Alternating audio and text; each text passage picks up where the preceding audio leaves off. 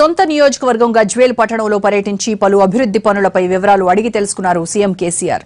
నియోజకవర్గానికి సంబంధించి చేపట్టనున్న అభివృద్ధి పనులపై ఈ నెల 6న హైదరాబాద్లోని జనహితలో అధికారులు ప్రతినిధులతో చర్చించనున్నారు.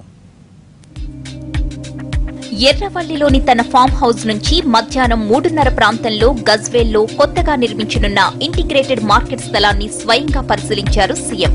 దాదాపు 7 ఎకరాల స్థలంలో సుమారు 30 నుంచి 50 కోట్ల ఖర్చుతో వెజిటబుల్, నాన్ వెజ్, రైతు బజార్లను ఏర్పాటు చేయనున్నారు. ఇందుకోసం అవసరమైన ఏర్పాట్లను అధికారులు యుద్ధ ప్రాతిపదికన పూర్తి చేస్తున్నారు. స్థలాన్ని పరిశీలించిన కేసీఆర్ అధికారులకు పలు సూచనలు చేశారు. అనంతరం ఎడ్యుకేషనల్ హబ్ కిచ్చారు సీఎం. బస్సు దిగకుండానే అక్కడి వ్యవహారాలన్నింటినీ పరిశీలించారాయన. ఎడ్యుకేషనల్ హబ్ లో భాగంగా ఇక్కడ కేజీ నుంచి పీజీ వరకు ప్రభుత్వ విద్యను అన్ని వర్గాల ప్రజలకు అందించేందుకు తగు విధంగా అన్ని హంగులతో భవనాలను నిర్మిస్తున్నారు. అక్కడి నుంచి బయలుదేరిన ముఖ్యమంత్రి నేరుగా రాజీవ్ రహదారి ఎక్కి వర్గల్ మండలంలోని నవోదయ పాఠశాలను పరిశీలించారు. అక్కడి నుంచి నేరుగా హైదరాబాద్ బయలుదేరి వెళ్లిపోయారు.